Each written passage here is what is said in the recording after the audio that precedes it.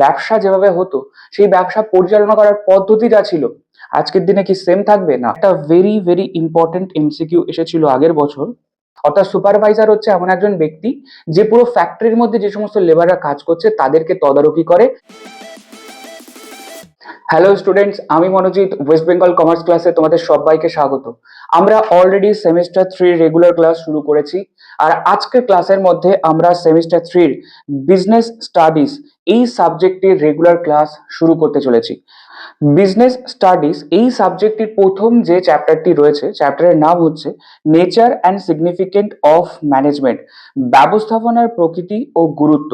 অর্থাৎ ব্যবস্থাপনা কোনো একটি বিজনেসের জন্য কেন করা হয়, কি জন্য করা হয়, তার গুরুত্ব কি, এবং সেটার নেচার বা প্রকৃতি কি ধরনের হয়ে থাকে, সেই সমস্ত বিষয়গুলো নিয়ে আমাদের এই চ্যাপ্টারটি। এই চ্যাপ্টারের মাস্টার নোটবুকের লিংক আমি ভিডিও ডেসক্রিপশন এবং কমেন্ট বক্সে দিয়ে দেবো, তোমরা সেখান থেকে ডাউনলোড করতে পারবে এবং এই ক্লাসটি করার পর তোমরা সেখান থেকে এই চ্যাপ্টারটি পুরো রিভিশন করতে পারবে। আর তারপর নেক্সট আমাদের এমসিকিউ সিরিজের মধ্যে প্রত্যেকটি চ্যাপ্টারের ইম্পর্টেন্ট এক্সামের জন্য সমস্ত এমসিকিউ নিয়ে আমি তোমাদের সাথে ক্লাসে আলোচনা করব এবং সেগুলো তোমরা ডাউনলোড করতে পারবে, সেখান থেকে তোমরা এক্সামের জন্য প্রিপারেশন নিতে পারবে। তাহলে চলো আজকের সেমিস্টার 3 বিজনেস স্টাডিজ এর প্রথম চ্যাপ্টারটা আমরা শুরু করি। ব্যবস্থাপনা, প্রকৃতি ও পরিধি এবং গুরুত্ব। এটা জানতে গেলে সবার আগে আমাদের যেটা বুঝতে হবে যে ব্যবস্থাপনা কাকে বলে বা ম্যানেজমেন্ট কাকে বলে। What is management? দেখো, ব্যবস্থাপনার সংজ্ঞার প্রসঙ্গে যদি আমরা কথা বলি, তাহলে কর্মীদের যৌথ প্রচেষ্টায় কার্যকরী ও দক্ষতার সংমিশ্রণে সংগঠনের উদ্দেশ্য সফল করার প্রচেষ্টাকে ব্যবস্থাপনা বলে। অথবা আমরা বলতে পারি ব্যবস্থাপনা হলো কৌশলের মাধ্যমে কর্মীদের পরিচালনা করা।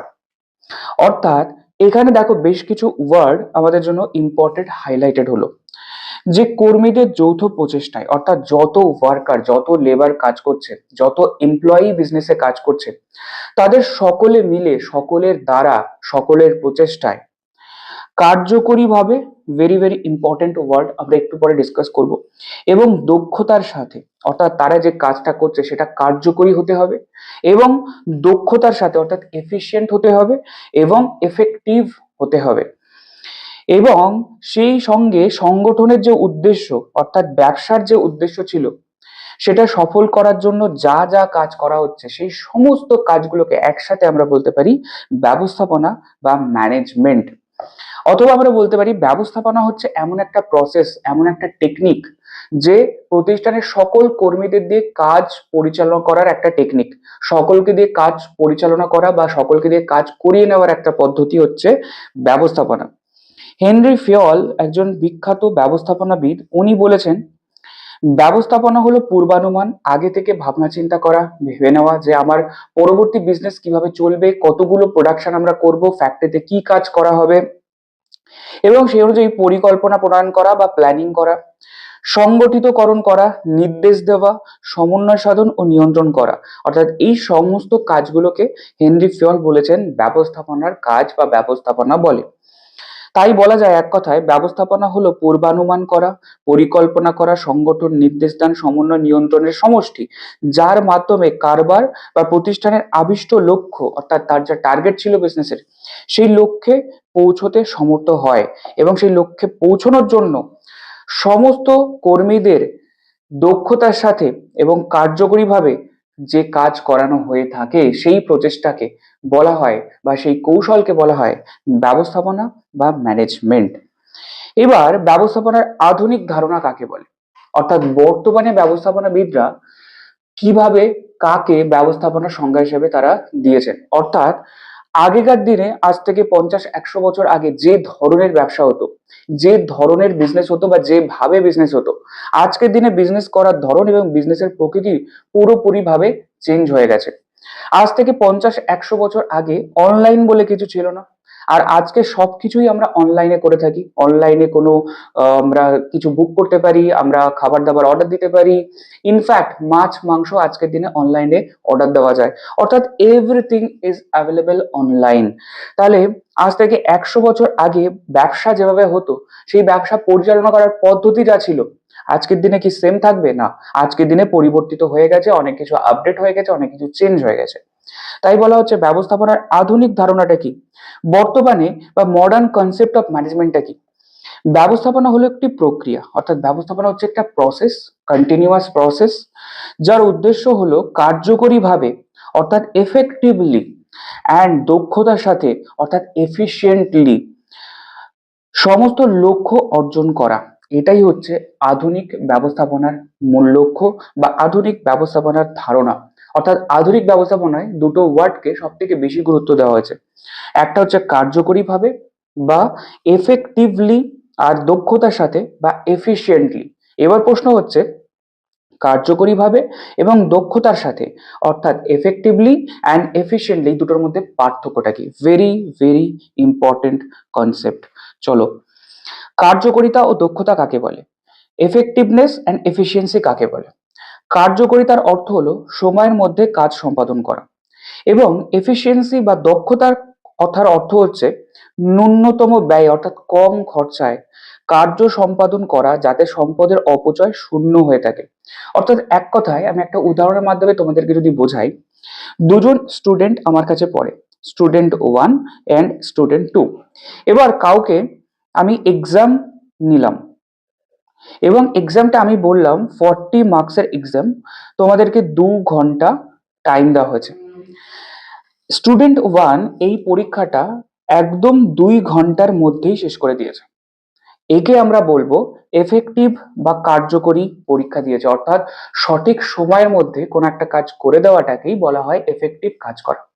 কিন্তু স্টুডেন্ট 2 যিনি রয়েছেন, উনি কি করেছে, 1.5 ঘন্টার মধ্যেই পরীক্ষাটা পুরোপুরি কমপ্লিট করেছে।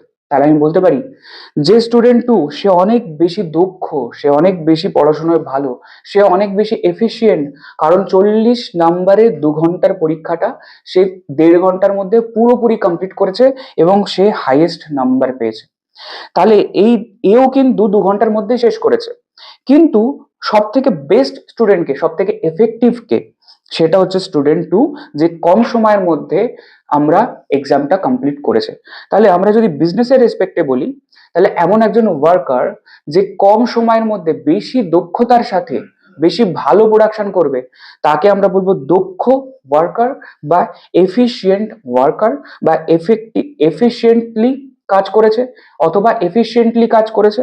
আর যে ওয়ার্কারটা, তাকে যা সময় দেওয়া ছিল সে সেই সময়ের মধ্যেই কমপ্লিট করে দিয়েছে, ভালো ওয়ার্কার, তাকে আমরা বলবো এফেক্টিভ কাজ করেছে। তাহলে কোনো কাজকে নির্দিষ্ট সময়ের মধ্যে কমপ্লিট করাটাকে এফেক্টিভ কাজ করা বা কার্যকরী ভাবে কাজ করা বলা হয়। আর কোনো কাজকে খরচা বাঁচিয়ে কম সময়ের মধ্যে কাজ করে দেওয়াটাকেই বলা হয় দক্ষতার সাথে কাজ করা বা এফিশিয়েন্টলি কাজ করা। তাহলে আশা করি এই দুটো ইম্পর্টেন্ট টপিকের মধ্যে তোমাদের কনসেপ্টটা 100% কমপ্লিট হলো। চলো, এরপরে আরো একটি ভেরি ভেরি ইম্পর্টেন্ট টপিক, এখান থেকে এমসিকিউ আসবেই আসবে, আগের বছরে এসেছিল এবং এখান থেকে ইম্পর্টেন্ট একটা এমসিকিউ আসে, যেটা আগের বছরে বেশ কিছু স্টুডেন্ট ভুল করেছিল। সেই ভুলটা যাতে তোমাদের না হয়, তার জন্য এই বিষয়ের কনসেপ্টটা সবার আগে বুঝতে হবে। দেখে অনেকটা ইজি মনে হবে, বাট এর মধ্যে অনেক গুরুত্বপূর্ণ কিছু কনসেপ্ট রয়েছে। তাহলে চলো, ব্যবস্থাপনার স্তর বিন্যাস, অর্থাৎ আমরা যেই ম্যানেজমেন্টের কথা বলছি, বিভিন্ন ব্যক্তিরা বিজনেসটাকে পুরো ম্যানেজ করছে, এই যে ম্যানেজমেন্ট, তো এই ম্যানেজমেন্টের লেভেল কতগুলো হয়ে থাকে, অর্থাৎ বিভিন্ন ব্যবস্থাপক থাকেন বিভিন্ন লেভেলে। সেই পুরো বিজনেসটাকে ব্যবস্থাপনার রেসপেক্টে 3টে ভাগে ভাগ করা হয়েছে। প্রথমে হচ্ছে টপ লেভেল ম্যানেজমেন্ট, একটা হচ্ছে মিডল লেভেল ম্যানেজমেন্ট, একটা হচ্ছে লোয়ার লেভেল ম্যানেজমেন্ট। অর্থাৎ আমি বলতে পারি উচ্চ স্তরের ব্যবস্থাপক, মধ্য স্তরের ব্যবস্থাপক এবং নিম্ন স্তরের ব্যবস্থাপক। অর্থাৎ একটা বিজনেসে টপ লেভেল বা উচ্চ স্তরে যে সমস্ত ব্যবস্থাপক থাকে, যাদের কথায় পুরো বিজনেসটা চলছে, যাদের ডিসিশনে পুরো বিজনেসটা চলছে, তাদেরকে বলা হয় উচ্চ স্তর বা টপ লেভেল ম্যানেজমেন্ট। সেখানে অ্যাকচুয়ালি কারা কারা থাকে বা কাদেরকে টপ লেভেল ম্যানেজার বলা হয়?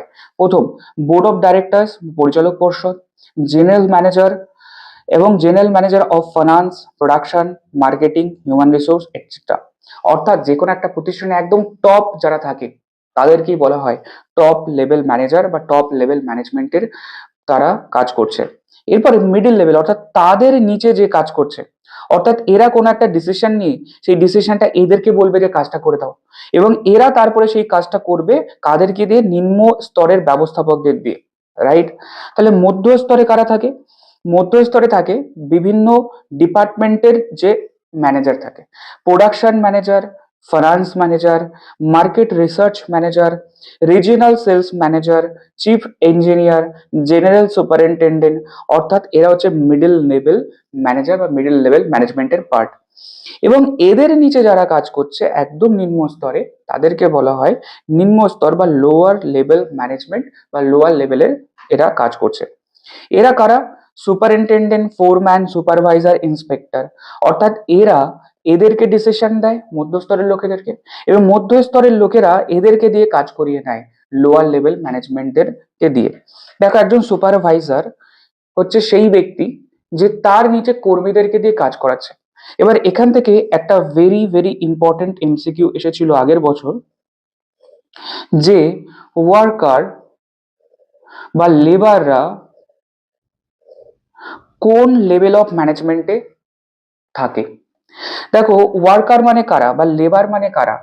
তারা যারা অ্যাকচুয়ালি বাস্তবে কাজটা করছে। আর ম্যানেজমেন্ট বা ম্যানেজার কাদেরকে বলা হয়? এমন কোনো ব্যক্তি যে বাকিদেরকে নিয়ে কাজ করিয়ে নেয়, যাদের একটা ক্ষমতা রয়েছে, পাওয়ার রয়েছে অন্যকে দিয়ে কাজ করিয়ে নেবার। এবার ওয়ার্কার বা লেবাররা কি অন্য কাউকে দিয়ে কাজ করাচ্ছে, নাকি অ্যাকচুয়ালি তারাই হচ্ছে একদম নিচে থাকে, যাদেরকে দিয়ে ওপরে সবাই কাজ করিয়ে নেয়? তাহলে তারা, লেবাররা বা ওয়ার্কাররা অ্যাকচুয়ালি ম্যানেজমেন্টের কোনো অংশেই তারা থাকে না, অর্থাৎ কোনো লেভেলেই তারা থাকে না। এটা আগের বছর অনেকে নিম্ন স্তর বা লোয়ার লেভেলে লিখেছিল। কিন্তু দেখো, লোয়ার লেভেলে কারা থাকে? একজন সুপারভাইজার থাকে। অর্থাৎ সুপারভাইজার হচ্ছে এমন একজন ব্যক্তি যে পুরো ফ্যাক্টরির মধ্যে যে সমস্ত লেবাররা কাজ করছে তাদেরকে তদারকি করে, তারা ঠিকভাবে কাজ করছে কিনা সেটা দেখাশোনা করে। এবং এদের নিচে যারা কাজ করে তারাই হচ্ছে ওয়ার্কার। তাহলে ওয়ার্কাররা কি অ্যাকচুয়ালি লোয়ার লেভেলে থাকে? না, থাকে না। ওয়ার্কাররা হচ্ছে লোয়ার লেভেলের লোয়ার লেভেলের ম্যানেজাররা যাদেরকে নিয়ে কাজ করে, অর্থাৎ এদের নিচে যারা অ্যাকচুয়ালি কাজ করছে তারাই হচ্ছে ওয়ার্কার বা লেবার।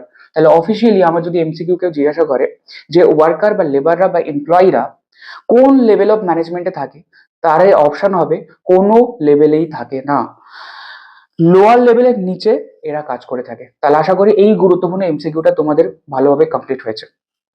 চলো, এরপর ব্যবস্থাপনা ও প্রশাসনের মধ্যে পার্থক্য, ম্যানেজমেন্ট এবং অ্যাডমিনিস্ট্রেশন কাকে বলে?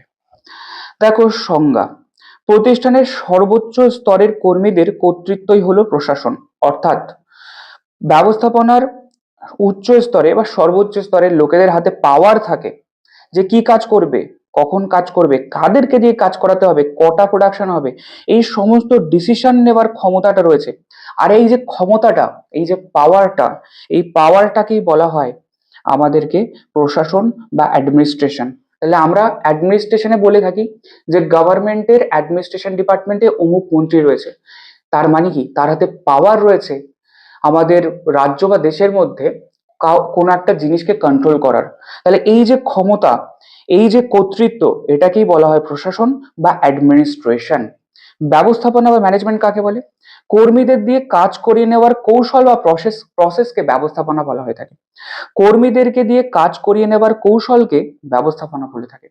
অর্থাৎ আমি পড়াচ্ছি, আমি স্টুডেন্টদেরকে দিয়ে কিভাবে পড়াবো, তাদেরকে দিয়ে কিভাবে এক্সাম ভালো করাবো, এই যে কৌশল, এটাকে বলা হয় ম্যানেজমেন্ট করা বা ব্যবস্থাপনা করা।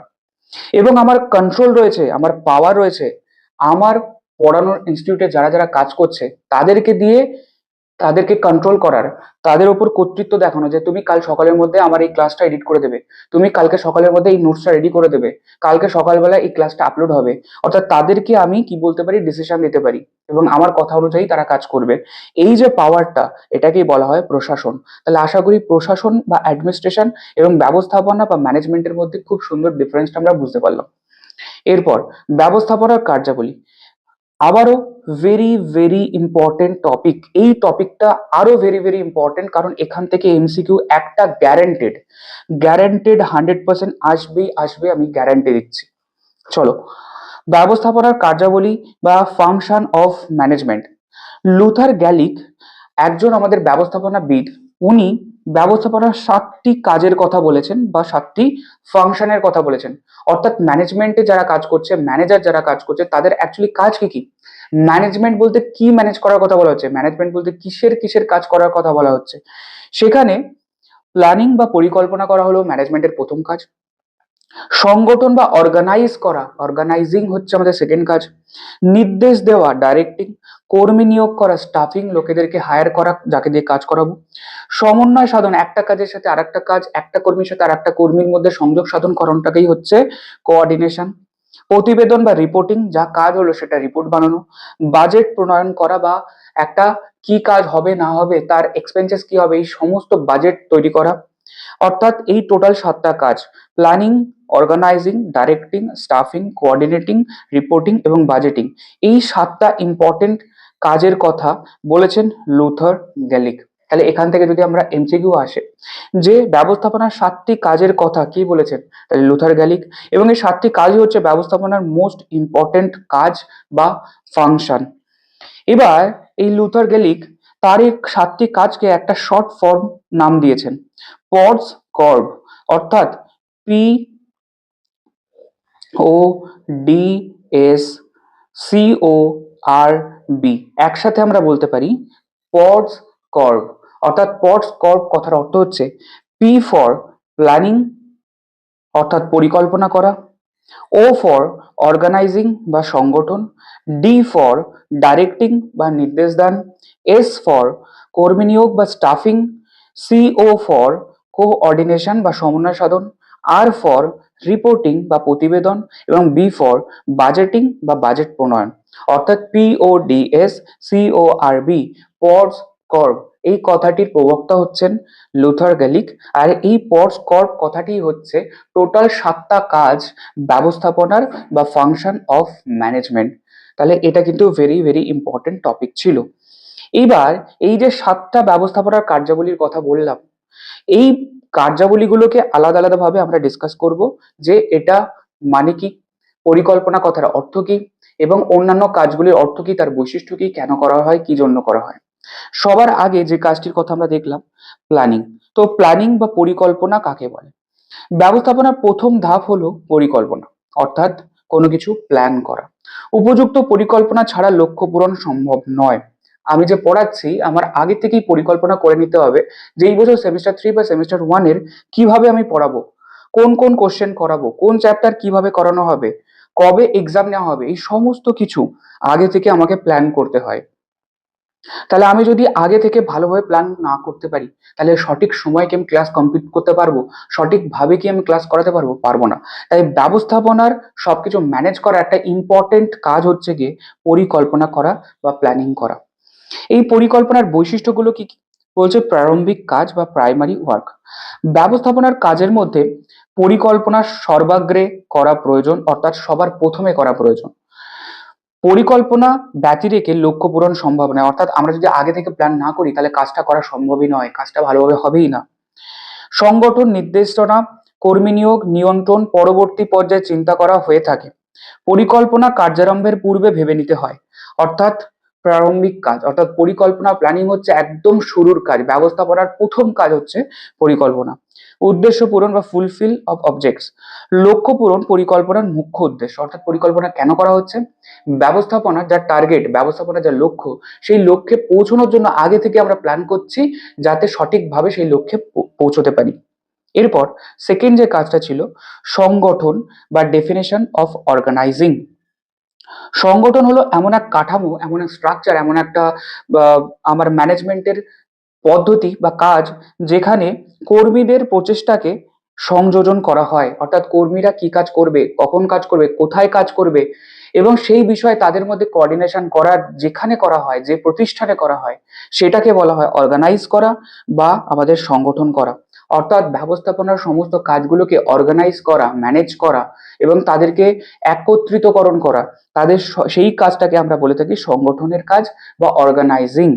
এরপর কর্তৃত্ব ও দায়িত্বের বন্টনের মাধ্যমে কর্মীদের মধ্যে সমন্বয় ও সহযোগিতা সৃষ্টি করাই হচ্ছে সংগঠন। অর্থাৎ কোনো লেবারকে কোনো পাওয়ার দেওয়া হলো যে তুমি, ফর এন এক্সাম্পল, কোনো সুপারভাইজারকে আমি পাওয়ার দিলাম যে তুমি এই ডিপার্টমেন্ট লেবারদেরকে দিয়ে কালকের মধ্যে 100টা বোতল প্রোডাকশন করে দেবে। অর্থাৎ তাকে কর্তৃত্ব দেওয়া হলো, পাওয়ার দেওয়া হলো, অ্যাডমিনিস্ট্রেশন দেওয়া হলো এবং তাকে দায়িত্বও দেওয়া হলো যে কালকে সকালের মধ্যে আমার এতগুলো বোতল তৈরি করে দিতে হবে। এবং সেই কাজটা, সেই পাওয়ারটাকে নিয়ে সে কি করবে, প্রতিষ্ঠানের কর্মীদের মধ্যে সমন্বয় করাবে, অর্থাৎ কে কোন কাজ করবে, কাকে করে দিতে হবে, এবং সহযোগিতা করা, তাদের হেল্প করা।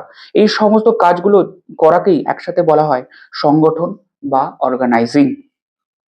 সংগঠনের বৈশিষ্ট্য কি কি? উদ্দেশ্য। প্রতিষ্ঠানের উদ্দেশ্য ও লক্ষ্য পূরণের জন্য সংগঠন কাজ করে থাকে। তাহলে উদ্দেশ্য সফল করতে সংগঠনকে ভালোভাবে সাজাতে হয়, ভালোভাবে ব্যবস্থাপনার মধ্যে সংগঠনকে গুরুত্ব দিতে হয়। কর্তৃত্ব ও দায়িত্ব। দেখো, কর্তৃত্ব দায়িত্বের মেলবন্ধনই সাফল্য আনে। অর্থাৎ পাওয়ার এবং তার রেসপন্সিবিলিটি, এই দুটোই দরকার।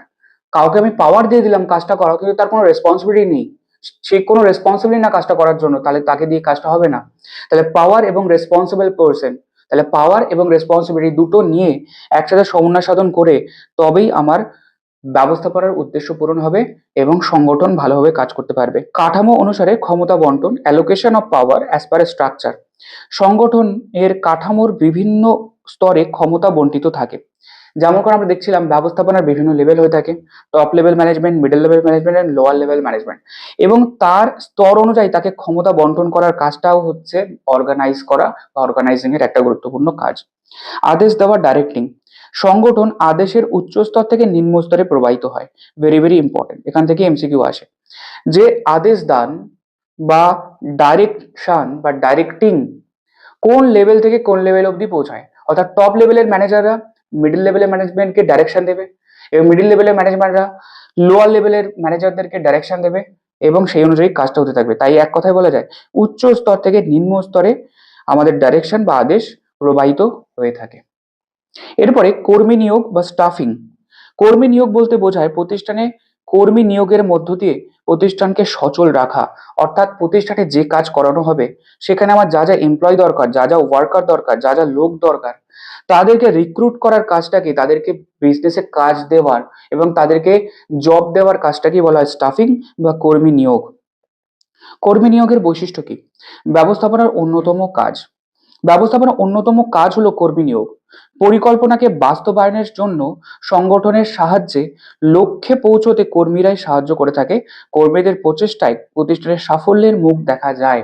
অর্থাৎ সঠিক কর্মী বা সঠিক ওয়ার্কার বা লেবার যদি আমি যোগদান না করতে পারি বিজনেসে, অর্থাৎ সঠিক লেবারকে যদি আমি কাজে না নিতে পারি, তাহলে আবার কাজটা কিন্তু ভালোভাবে হবে না।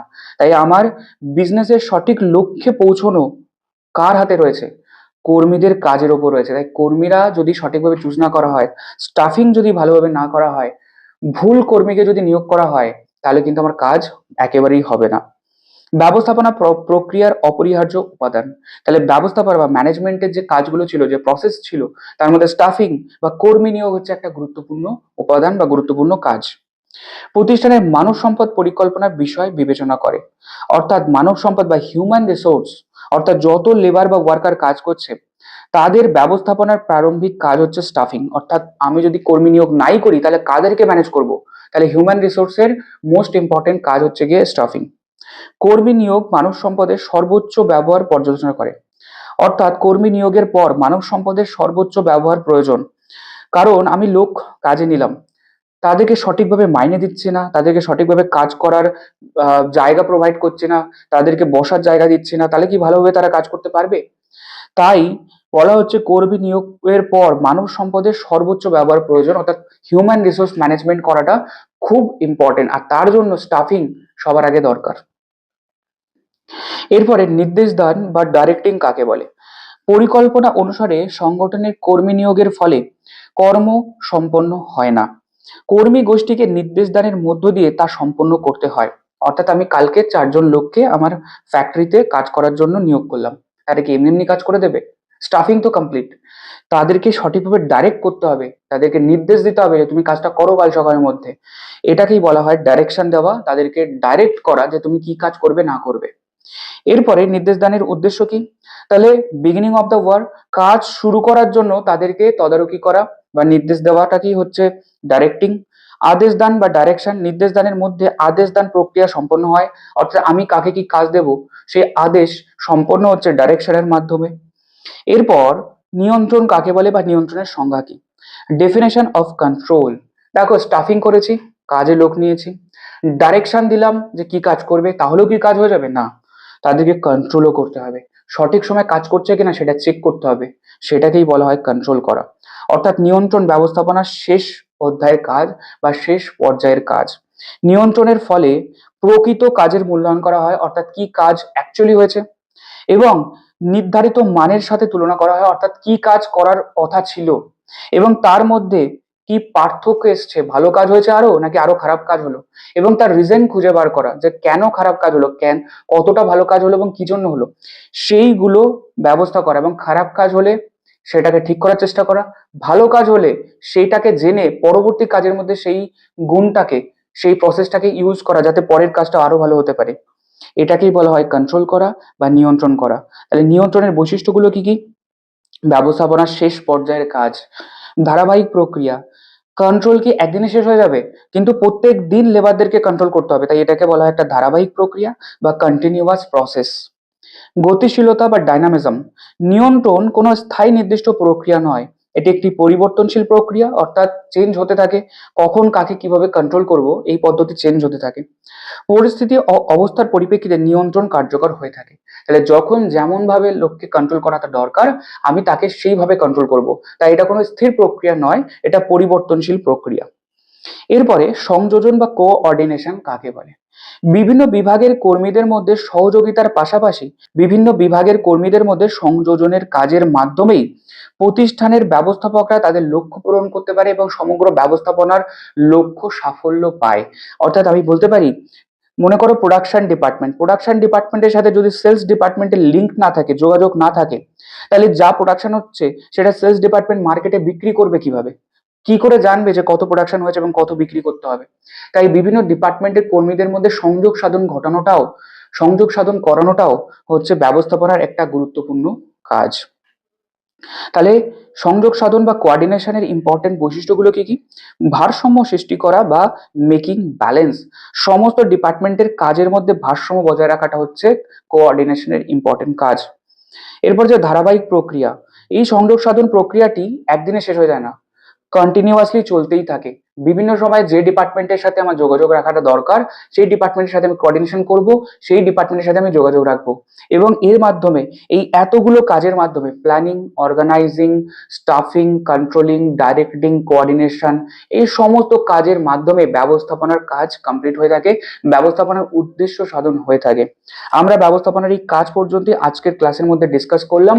পরবর্তী ক্লাসের মধ্যে এই চ্যাপ্টারের ফার্দার যত ইম্পর্টেন্ট কনসেপ্ট রয়েছে সেগুলো ডিসকাস করব, কারণ এই চ্যাপ্টারটা হচ্ছে আমাদের সেমিস্টার 3 ফার্স্ট চ্যাপ্টার এবং মোস্ট ইম্পর্টেন্ট চ্যাপ্টার। কারণ এই চ্যাপ্টারের মধ্যেই আমরা যে যে টপিকগুলো নিয়ে আলোচনা করছি তার মধ্যে সেই টপিকগুলোকে নিয়ে পরবর্তী এক একটা চ্যাপ্টার হবে। যেমন আমরা কথা বললাম প্ল্যানিং বা পরিকল্পনা করা, সেটা নিয়ে পরবর্তী একটা চ্যাপ্টার। এরপর আমরা কথা বললাম অর্গানাইজিং, স্টাফিং, সেগুলো নিয়েই পরবর্তী এক একটা চ্যাপ্টার। অর্থাৎ ফার্স্ট চ্যাপ্টারটা যদি আমরা ভালোভাবে কনসেপচুয়ালি ক্লিয়ার করতে পারি তাহলে পরবর্তী চ্যাপ্টার্স গুলো ইজি হবে, কারণ এই টপিকগুলোই এলাবোরেটলি পরের চ্যাপ্টার্স এর মধ্যে আমরা পড়তে চলেছি। তাহলে চলো আজকের ক্লাস এই পর্যন্তই, আর তোমাদের সাথে দেখা হচ্ছে পরবর্তী ক্লাসে। So thank you so much.